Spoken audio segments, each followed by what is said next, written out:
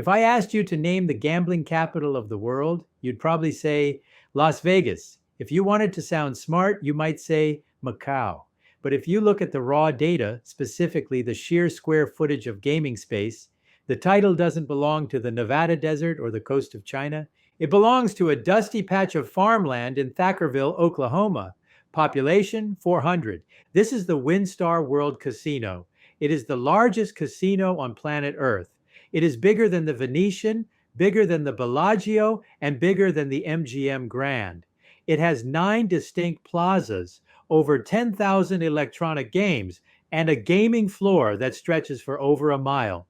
But here is the question that kept me up at night. Why here? Why has a global gambling empire risen in a state known for wheat fields and tornadoes rather than tourism? I spent the last few weeks digging through tribal gaming compacts, federal patent filings, and infrastructure reports to find the answer. And what I found is that WinStar isn't just a success story. It is a masterclass in exploiting a geopolitical loophole. This isn't a story about luck. It's a story about a wealth siphon designed to drain billions of dollars from a neighboring state using a specific type of slot machine technology that might be one of the most brilliant and controversial engineering feats in the gaming industry. This is how Oklahoma quietly became the new Vegas. Part 1: The Mirage in the Dust. To understand the scale of what is happening in Oklahoma, you have to look past the neon lights. Most people still think of tribal gaming as small, smoky bingo halls. That stereotype is about 30 years out of date. When you walk into WinStar, you aren't walking into a casino. You are walking into a logistical city. The Chickasaw Nation, which owns and operates this facility, hasn't just built a resort. They have built an independent economic ecosystem. We are talking about their own fire departments, their own police forces, and their own utility grids.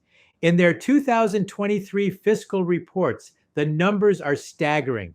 Tribal gaming in Oklahoma generates nearly $10 billion in total economic impact annually. To put that in perspective, that is roughly equivalent to the GDP of a small Caribbean nation. And the crown jewel is WinStar.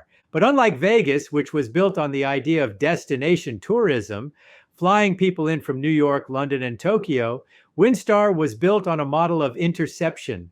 I looked at the satellite imagery of Thackerville from 2003 versus today.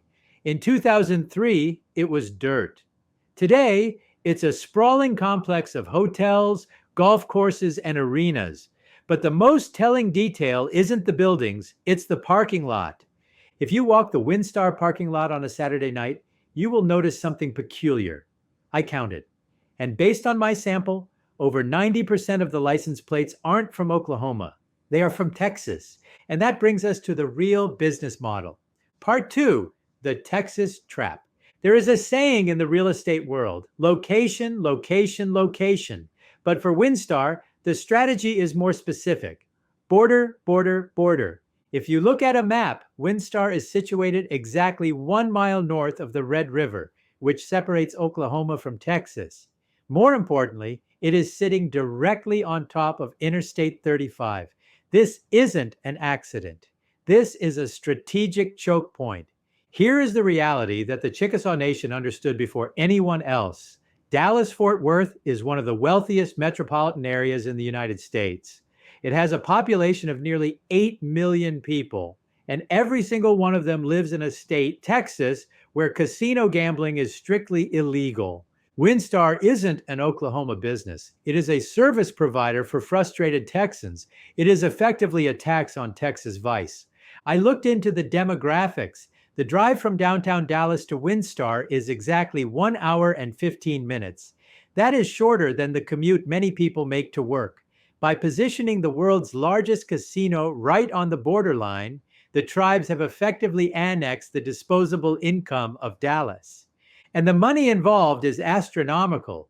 The state of Oklahoma charges the tribes exclusivity fees, basically a cut of the action in exchange for the monopoly. In recent years, those fees paid to the state have topped $200 million annually. That means the gross gaming revenue, the money you, the players, are losing, is in the billions. But here is where the investigation gets darker. Because while the location is about proximity to Texas, the machinery inside the casino operates on a set of rules that would make a Las Vegas regulator sweat. Part 3, the bingo loophole. This is the part the industry doesn't like to talk about. When you sit down at a slot machine in Las Vegas, you are playing what is legally defined as a Class 3 game. A Class 3 machine is a true game of chance. There is a random number generator, a computer chip inside that machine. When you press the button, the RNG picks a number, and that number determines if you win or lose. It is you versus the machine. But in Oklahoma, if you look closely at the screen of your slot machine, you might see a tiny digital bingo card tucked away in the corner. This isn't a design choice, it's a legal getaway car.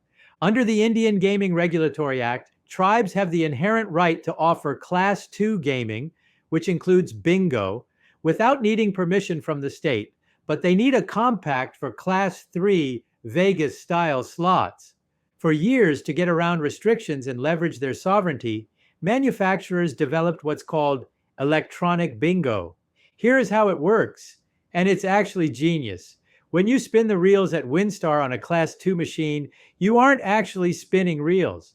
You are entering a game of high-speed electronic bingo against other players in the casino. A central server draws bingo balls at the speed of light, determines if your card won a pattern, and then translates that result into a visual of spinning cherries or sevens. To you, the player, it looks, sounds, and feels like a slot machine. But legally, it is a bingo card. Why does this matter? Because Class 2 gaming is regulated differently than Class 3. It falls under federal oversight, not state. And this distinction allows the casino to operate with a level of flexibility that traditional Vegas casinos don't have. They have effectively gamified a legal loophole to build an empire. But this technology brings us to the most concerning part of my investigation, the part that affects your wallet. Part 4, the black box. If you go to Las Vegas, the Nevada Gaming Control Board is extremely powerful. They are the watchdogs. They mandate that slot machines must pay out a minimum percentage over time, usually roughly 75%. And crucially, they publish the data. You can go online right now and see exactly how tight or loose the slots were in downtown Vegas versus the Strip last month. I tried to find that same data for Oklahoma. I spent days searching state reports, tribal gaming commission documents, and federal audits. Do you know what I found? Nothing. Because of tribal sovereignty, the payout percentages of the machines at WinStar are proprietary information.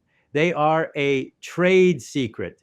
Unlike Nevada or New Jersey, Oklahoma has no statutory minimum payout for these machines. Theoretically, and I want to be clear, I am saying theoretically, a machine could be set to hold a massive percentage of every dollar played, and the casino is under no legal obligation to tell the public. You are gambling in a black box. When you play in Vegas, you have the protection of the state, ensuring the game is fair within a published margin. When you play in Oklahoma, you are trusting the tribe. Now, the tribes argue, and they have a point, that if they made the slots too tight, people would stop coming. They argue that the free market keeps them honest. But without the data, we can't verify that. We just have to take their word for it. And when you are running a monopoly with no competition for hundreds of miles, the free market doesn't work the same way. Part 5, the billionaire war. So we have a massive facility, a captive audience from Texas, and a regulatory environment that favors the house. It sounds like the perfect business. But there is a storm coming. The one thing that could destroy the WinStar empire is the one thing they can't control, the Texas legislature. For decades, the casino lobby in Oklahoma has quietly worked to ensure that gambling remains illegal in Texas. It makes sense. If Texas legalizes casinos and a resort opens in downtown Dallas, WinStar loses 90% of its customers overnight. But now, a new player has entered the chat. The Las Vegas Sands Corporation, the empire built by the late Sheldon Adelson, has been buying up massive plots of land near Dallas. They are hiring armies of lobbyists in Austin. We are about to see a billionaire war. On one side, the Oklahoma tribes fighting to protect their monopoly. On the other side, the Las Vegas giants trying to crack open the Texas market. If Texas legalizes gambling in the next legislative session, the new Vegas in Oklahoma could turn into a ghost town.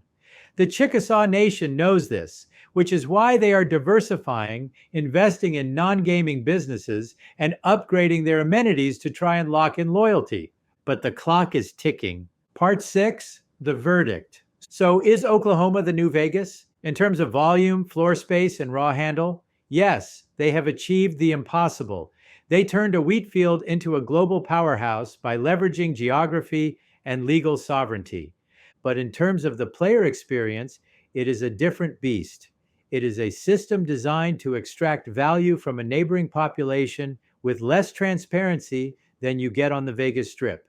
The rise of WinStar is a triumph of tribal sovereignty and business strategy. They saw the demand that Texas refused to fill, and they built a palace to capture it. But as a consumer, you need to know what you're walking into. You aren't in Nevada. The rules are different here. So here's my challenge to the industry, and specifically to the operators at WinStar. You have the world's largest casino. You have the traffic. You have the money. Why not lead the way in transparency? If your slots are as fair as Vegas, release the payout reports. Show us the math. Until then, I'd love to hear from you. If you've played at WinStar in Vegas, do you feel the difference? Do the machines in Oklahoma feel tighter to you? Let me know in the comments below. And if you want to see how other corporations are using legal loopholes to change the way you spend money, make sure you're subscribed. Because next week, we are looking at an industry that makes the casino business look like a charity. Thanks for watching.